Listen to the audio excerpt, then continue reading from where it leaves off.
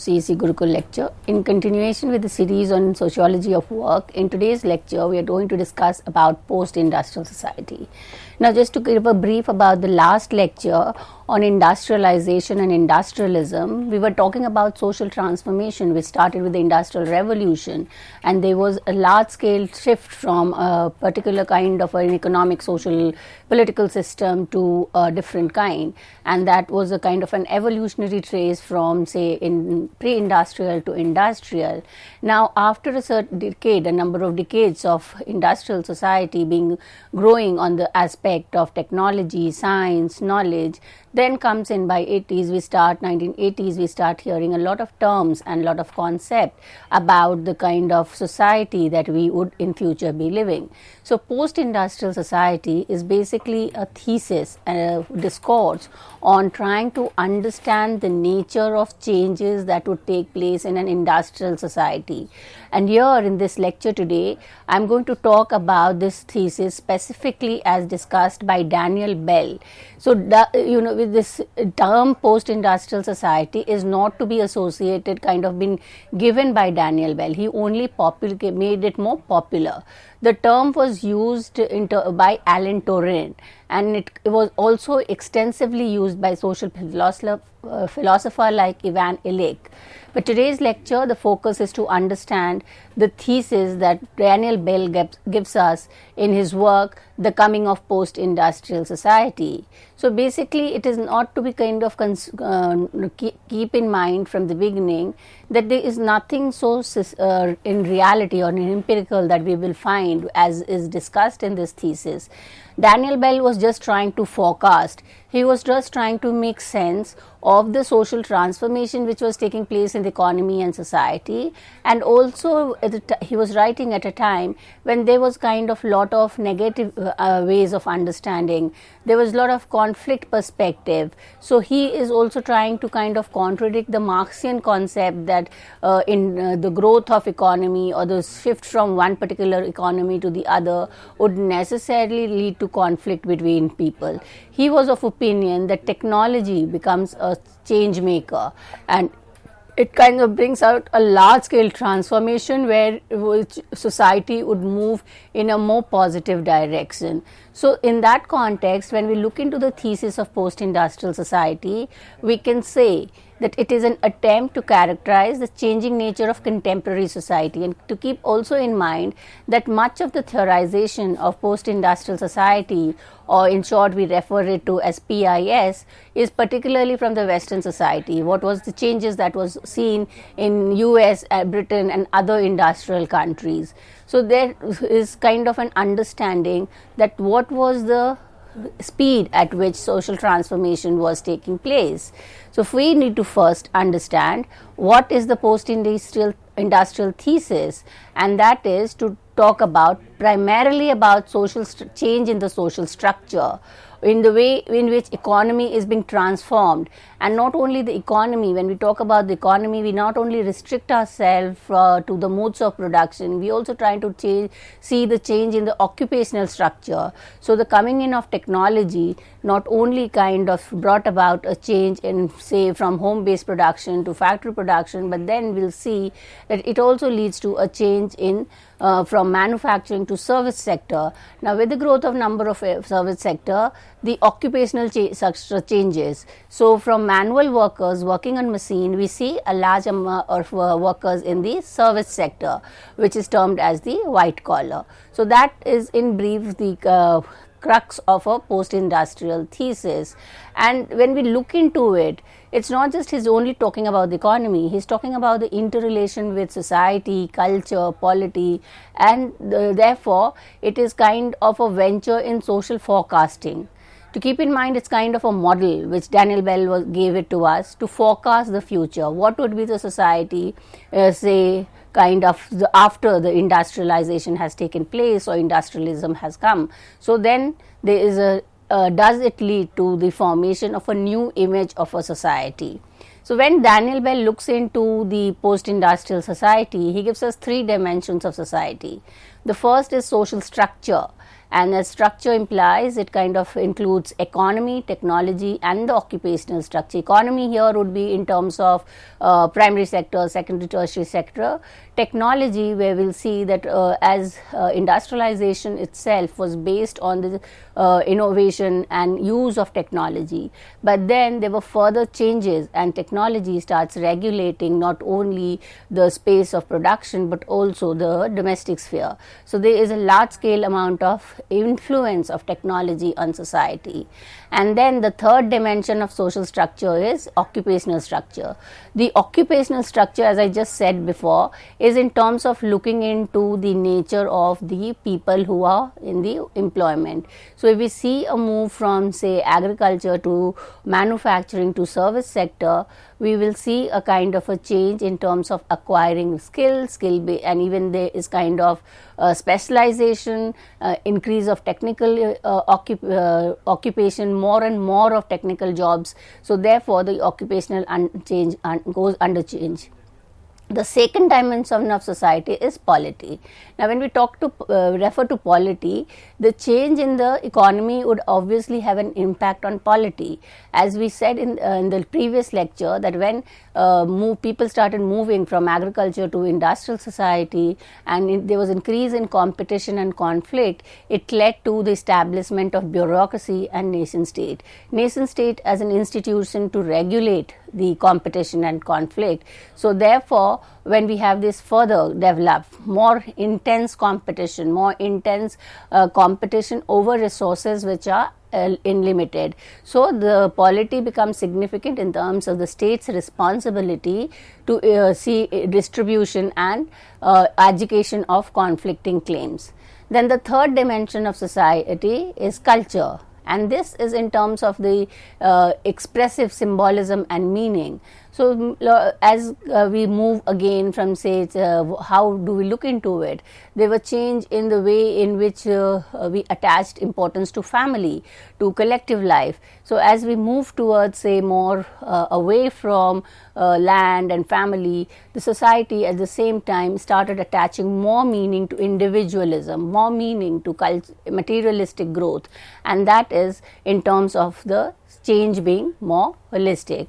So here the focus is in terms of change in social structure, because structure is taking into account the change in economy, change in technology, and change in occupational structure. So when he refers to change in social structure, he refers to three kinds of change.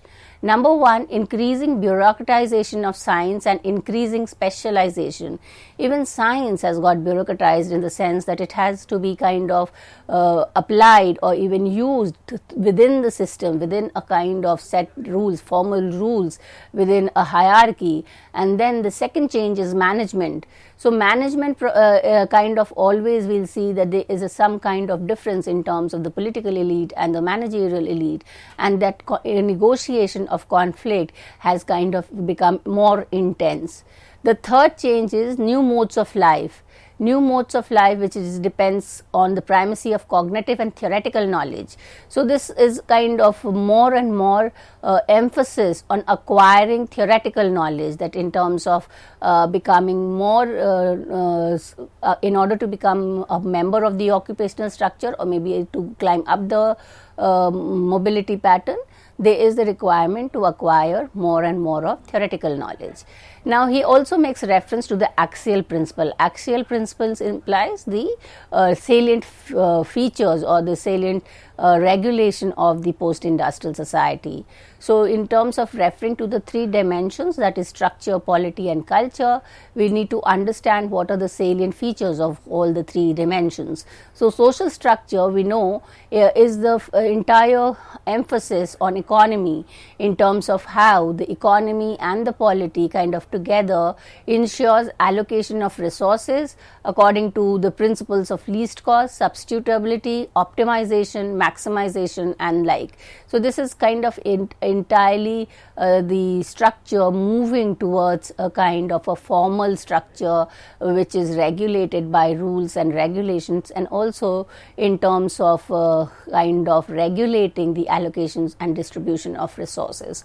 polity, and we know that when we've seen it in, say, even starts happening with the industrial society, participation and mobilization becomes very important. Now, as society starts kind of evolving and growth and development stage starts, it becomes very important for ensure the equitable participation of the members. And also mobilization. Certain members have to be mobilized to be part of the society. And culture deals with the desire for fulfillment and enhancement of the self. So then again, one of the most salient feature of post-industrial society is the society moving away towards the realization of individual desire, the realization of and growth of individual self. So, when we look into the whole idea, and this is again needs to go back to the previous lecture on industrial society, where it was discussed that there is a successive or an evolutionary phase of development.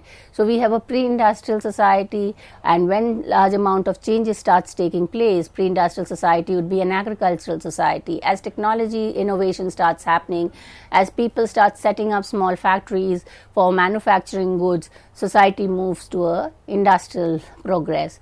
And then we have the post-industrial, where the change which was from pre-industrial to industrial further gets strengthened, and there is a large amount of transformation in manufacturing, in service sector, in knowledge acquisition, and so forth. So, this can also be considered as an evolutionary theory, an evolution from pre-industrial to industrial and post-industrial society.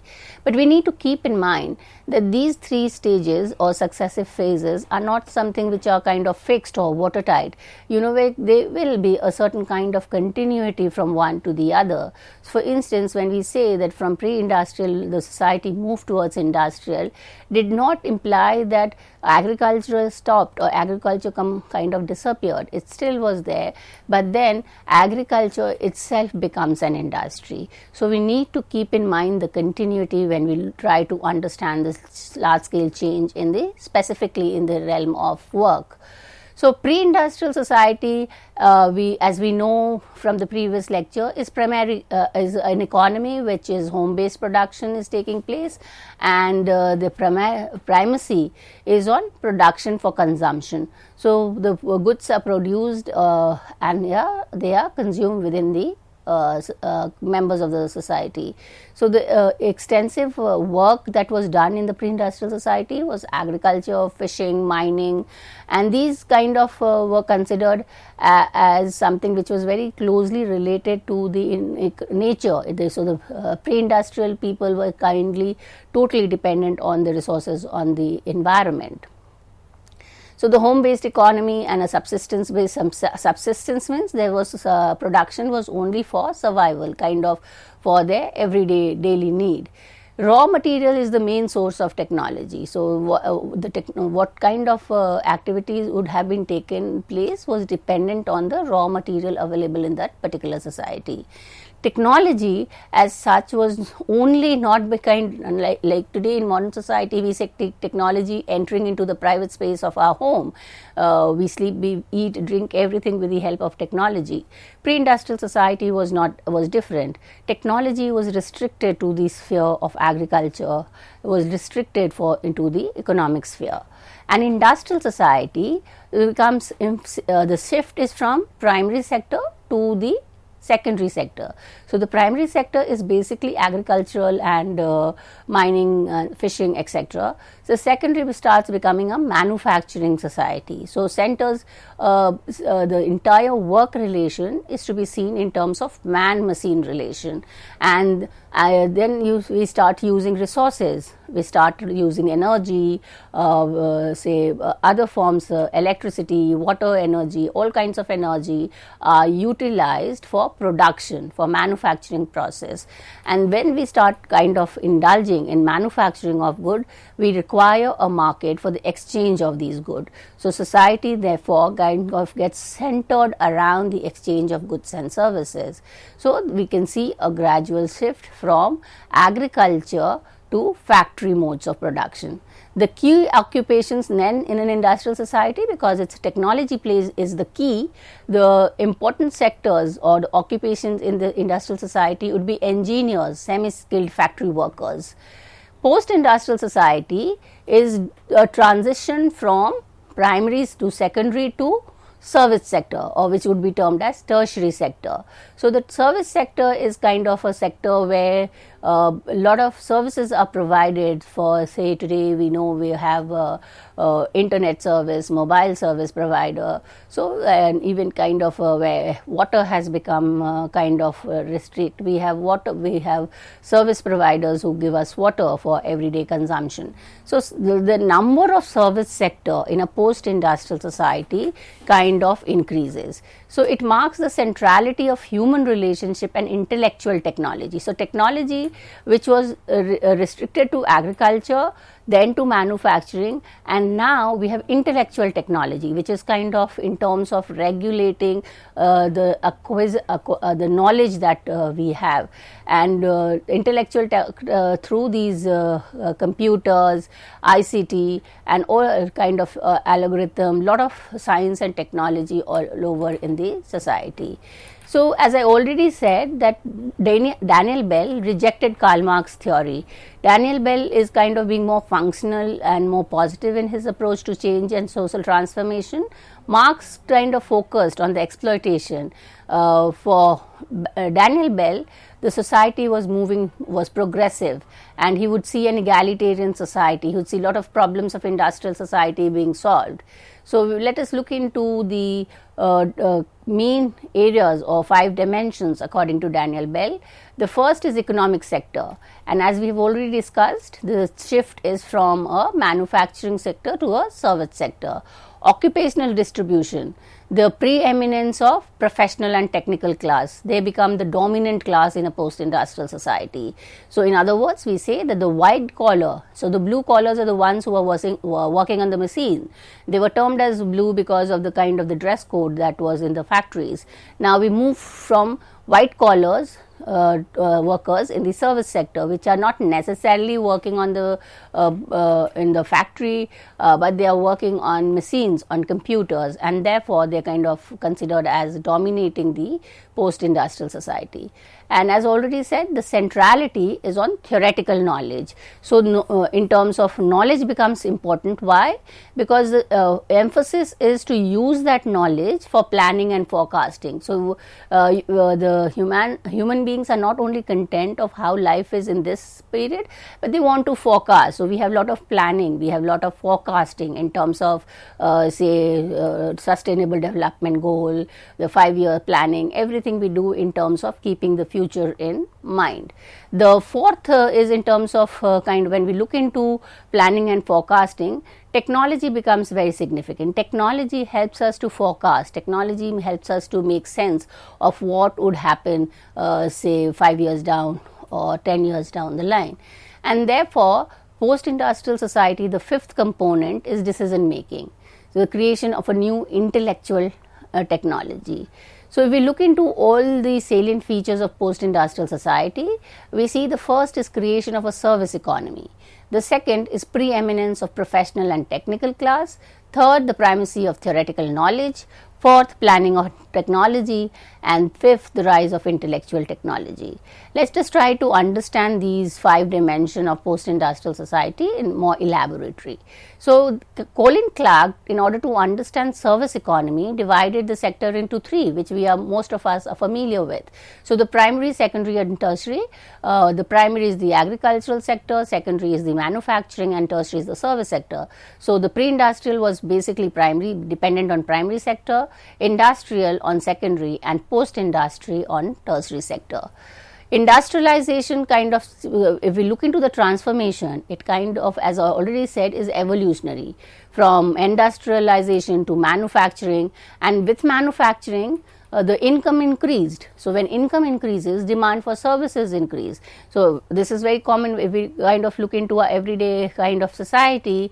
When people income starts increasing, the requirement of services is kind of increases. So, that is why the forecasting of Daniel Bell was that technology would help us to increase the number of production. When production would increase, people income would increase, and that would lead to increase in service sector. So in post-industrial, when technology becomes so important and theoretical knowledge becomes important, the stratification becomes in terms of specialized skill. So there are specific services, and you need specific skills to kind of work in that. So if services are grouped as personal, business, communication, health, education, research, then the post-industrial society is kind of more focused on health, education and research. So if we kind of look around and see in the last 5-10 years in our own society, we go back last 10 years, we see the number of hospitals, the number of schools, the number of research institutions that has come up, even in India, is far more than it was earlier. So this is an indication of the shift towards a post-industrial society. And then when we see this is increase in theoretical knowledge, increase in professional and technical workers, we kind of start having a new kind of a class, which is the intelligentsia. The intelligentsia, or the educated class, which is kind of controls the knowledge. So these intelligentsia also kind of becomes more because of expansion in universities, research organizations, professional and government organization. So the second feature was the preeminence of professional and technical skill, and people start working, but everybody is doing a specialized work. Even education, the knowledge acquiring is specific. So there is lot of disciplines in which one can study. There is further kind of difference between science, humanities, social science and so forth. So occupation is oriented towards the knowledge acquired, and therefore the knowledge or the education system kind of gets fragmented. So becomes occupation also therefore leads to class and stratification in society. So we know that in industrialization, division of labor, say we look into Durkheim, from mechanical to organic. Now in post-industrial society, this division of labor further gets specialized, and there is further fragmentation of work. The white collar kind of is a worker which is the majority in the service sector, because the number of service sectors that has increased has kind of improved, and therefore there is increase in the employment of white collar worker. White collar worker would be in terms of scientists, engineers, technical persons and so forth. So when we look into the primacy of theoretical knowledge and we kind of have a comparison with the industrial and the post-industrial society, knowledge in industrial society was coordination of machine. What kind of knowledge was required was the knowledge to ensure that the worker could operate the machine. So there was a coordination between man and machine for the production of good. Now in post-industrial society, the purpose of knowledge changes. Now the purpose is not to coordinate or to operate the machine, it is required in terms for planning and forecasting. So the entire knowledge is also used to control, regulate the society. So theory becomes more important over empirical reality, and the codification of knowledge into abstract systems of symbols. We have all these binaries, 0, 1, so much of symbols which kind of kind of tells us that this is a kind of a knowledge that we need to work. For instance, if we are going to work on a computer, we know the hash, what does @ means, what does * means. So lot of theoretical knowledge has kind of increased. So we also refer to the post-industrial society as a knowledge society. The planning of technology, as I already said, is for forecasting. It leads to change in dimension of society. Technology has to be planned, because there is so much of technology, we cannot use it for say some kind of negative thing. A lot of technology is being used even for kind of in the war front, in the kind of making the security of one society more important. Therefore, regulation becomes important. For instance, so much of technology was in terms of fertilizers and pesticide, and green revolution kind of led to the overall use of this technology in the agricultural sector, but it was kind of not very regulated, and therefore it had its bad effect, ill effects. Technology has to be controlled and planned, and we need to assess the technology that we are using. And then towards 20th century, we see the rise of intellectual property. Intellectual property in the invention of technique for management of technology, what Daniel Bell calls as organized complexity. Organized complexity means management of large scale system with large interacting variables which have to be coordinated, and computers, calculation, multivariate analysis, all these are intellectual technology. So they define our action and makes our action more rational. It kind of tells us how to achieve the maximum goal. So there is optimization, there is a move towards maximization, and technology helps us to solve disorganized complexity. So when we look into the features of these post-industrial society, we were able to make a sense of the post-industrial thesis. And for reference, to understand the thesis, it is always advisable to read the original, that is to read Daniel Bell, The Coming of the Post-Industrial Society. With this, I come to an end of lecture. Thank you.